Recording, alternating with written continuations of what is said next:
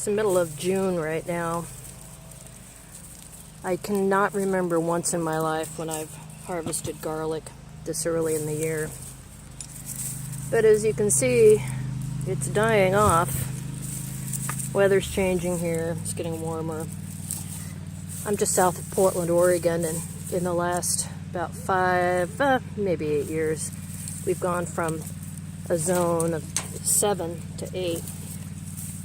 So I'm able to plant different things now, but I'm also finding that things are changing their growth patterns. Not too happy about it. I didn't used to have to look stuff up. I could just use my memory or my books that I make from year to year, but no more.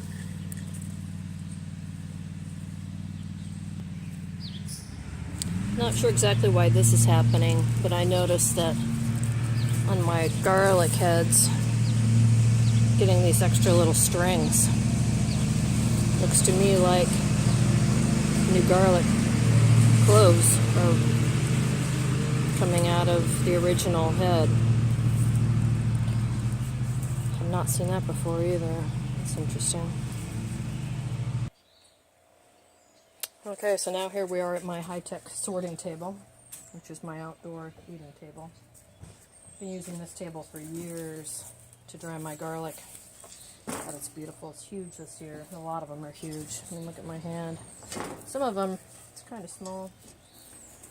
A lot of them, though, have that extra bit that was growing on them, like I showed you earlier. Like this one.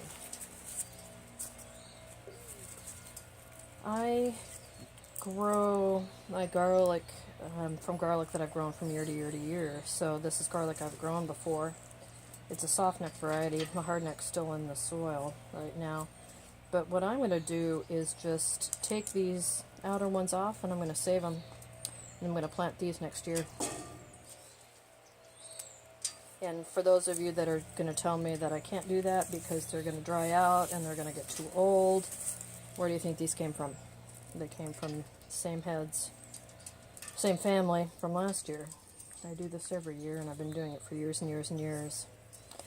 And for those of you that like garlic, when you go to the grocery store and buy some, and you really like it, and it starts to grow on you, just plant it in your yard.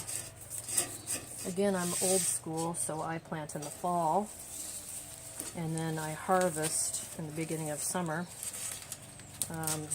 Or midsummer usually here in Oregon. But this year things are a little strange. Not sure why. This one won't even fit in there, it's so big.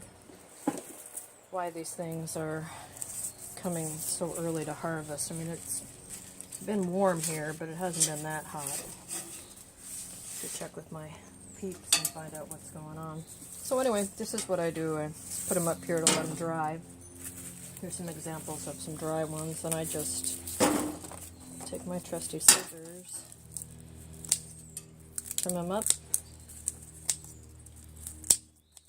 save that one because it's one of its own to plant next year, but then I'll put a bunch of them together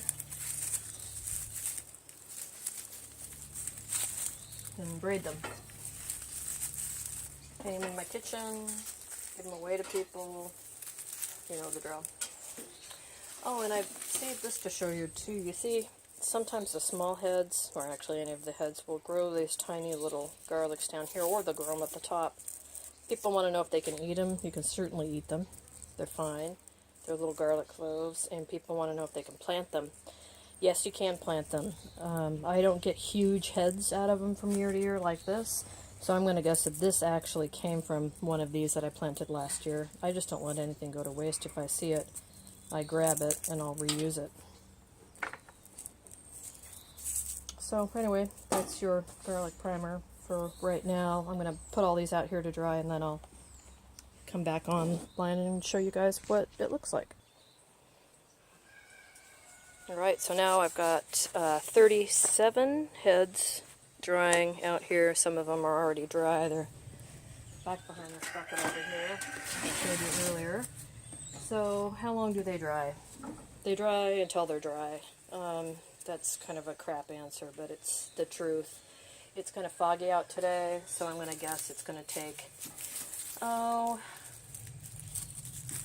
not going to rain 4 or 5 days before it gets to this stage, which is that papery stage that you want. I like the paper pretty thick because, like I was saying earlier, I do put these together in a bundle. I do braid them, or if I'm feeling lazy and I'm in a hurry, or they're particularly big heads like this, I'll zip tie them together or tie them with twine or something.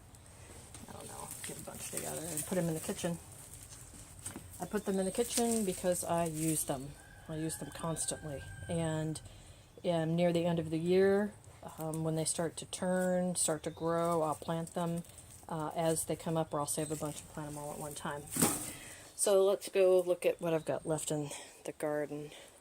My husband was kind enough to build me some above ground beds a couple years ago. So I planted the rest of these. Kuan Yin. Isn't she gorgeous? I'm almost 5'10". She's about 4 feet tall. Just a beautiful, beautiful statue. Anyway, peace and love, everybody. So he planted, or built me these beds a couple of 3 years ago. I planted these garlic. This whole bed is full of garlic. I think there's 180 cloves of hardneck in here. They're nowhere near being ready to harvest yet. You can see that they're all standing straight up. They're barely turning any different colors than green, so they're good. One thing I would encourage you to do is to go through your garden and cut off these scapes if you see them growing. They are wonderful to eat. They taste like mild garlic, but they'll slow the growth of the bulb down. So I come through just with a shears and cut those off, or a nice pair of scissors and cut them off. So more power goes back into the bulb. So then I'll harvest these, and then, sorry for all the motion here. Last year, just for fun, I had some of those giant garlic cloves I bought at the grocery store and planted them just for fun. And you can see they're still growing. They're going to be big as my hand when they're ready to come up. But again, they're starting to change color, but they're nowhere near being ready to harvest yet. But when they do come out, I'll show you what that looks like. So let me know if you have any garlic related questions. Those are onions down here. I planted these from a batch that I had in a drawer that started to sprout. There were those tiny little onions, leftovers that I grew from last year. And lo and behold, they grow. People tell you need to buy stuff from garden stores or whatever in order for it to grow, and most of that's bullshit. You can plant a lot of what you already have just in your cupboards. You can plant your own potatoes, garlic, onions, like I said. A lot of stuff you can plant on your own. Anyway, when those are done, I'll show you. Got my tomatoes all planted in the beds over here. All right, right before you go, I'll show you my tomatoes because I'm very proud of these. Heirloom tomatoes. I planted a bunch of these, and the birds kept coming to grab them. These are from seeds that I harvested and kept from last year. All these little bitty ones, but the birds had come so many times and stolen so many of my starts that I went out and actually succumbed and bought some bigger heirloom tomatoes. So I got different varietals, and I'll see how they do. Got a German tomato that's going to be a stripe, or it is a striped German. That'll be interesting to see what that tastes like. Got the Legend tomato, and what else did I get? Oh, this one, San Maranzo. Ooh, better cover up the name of the company. Lord forbid I get popped for advertising. And that's also an heirloom, so I'll save seeds next year. Okay, that's it for now from the lovely garden. More later. Bye.